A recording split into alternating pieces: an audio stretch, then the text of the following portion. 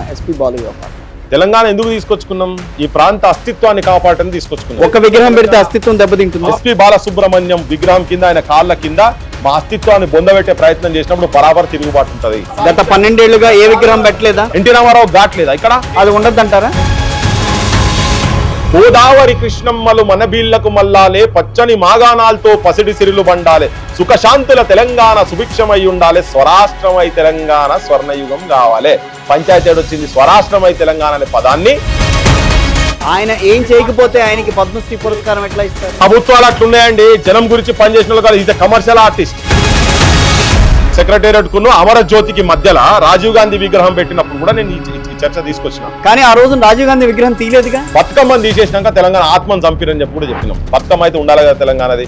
షెయిట్లు పెట్టి వాళ్ళ సింబల్ పెట్టుకున్నాం. ఇదెక్కడ బ్రోకర్ రాజకీయాలు? నాకు అర్థం కాదు. తెలీదా? కేసీఆర్ ఎట్లయితే గద్దరన్న గేట్ కాడ 3 గంటలు కూర్చోబెట్టిండో, గద్దరన్న కొడుకును గద్దరన్న కోడలను దాదాపు 8 గంటలు, నేను ఇయ్యాలన్నారు బయట చెప్పలే, ఈ అవమానాలు ఈయన ద్వారా కూడా జరిగినాయి. Messi Messi Messi come rising Telangana nonsense. ఆత్మలు యాలాడుతున్నాయి, ఆత్మలు క్షోభిస్తున్నాయి, ఏడుస్తున్నాయి ఆత్మలు. నీ అసంటే ఒక దరిద్రుడు తెలంగాణకు ముఖ్యమంత్రి అని నేను చెప్పని ఏడుస్తున్నాయి. నమ్మిన వాళ్ళు కూడా అయ్యో వస్తే ఏమైనా చేస్తారు కావచ్చు నిజంగానే పోనీ అని చెప్పి పిహెచ్డీలు చేసిన వాళ్ళు కూరగాయలు అమ్ముకుంటారు, ఆటలు నడుపుతున్నారు. ఒక్క అందశ్రీ శవం మోసి ఓ పెద్ద ఇట్లా చేస్తున్నట్టు చేసి నేను 100% డిఫర్ అయినా. అప్పటి నుంచి డిఫర్ అవుతున్నాను.